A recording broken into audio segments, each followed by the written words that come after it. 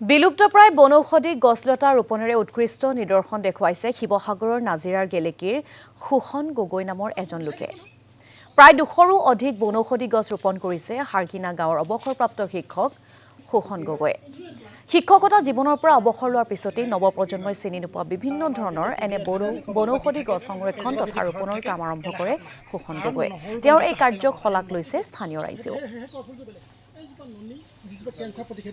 বিশেষ কাৰণে মই যিখিনি সময় এই সময়খিনি দিবৰ কাৰণে এই অৱসৰবৃন্দৰ কাৰণে মই বিভিন্ন গছ গছনি সংগ্ৰহ কৰি মোৰ বাৰীত ৰুইছোঁ। মোৰ ঘৰত এতিয়া 200বিধতকৈ অধিক আছে। পাণ তামোল বাদ দি সাধাৰণবোৰ বাদ দি যিখিনি বিলুপ্ত গছ সংৰক্ষণ কৰিছোঁ আৰু বিলুপ্ত গছখিনি সংৰক্ষণ কৰি মই ভাল পাইছোঁ। আৰু বহু মানুহে এই বিলুপ্ত গছ চাবলৈ আহে আৰু বনৌষধি সেইখিনি মই ৰোপণ কৰি নিজকে মই যথেষ্ট সন্তুষ্টি মানিছোঁ।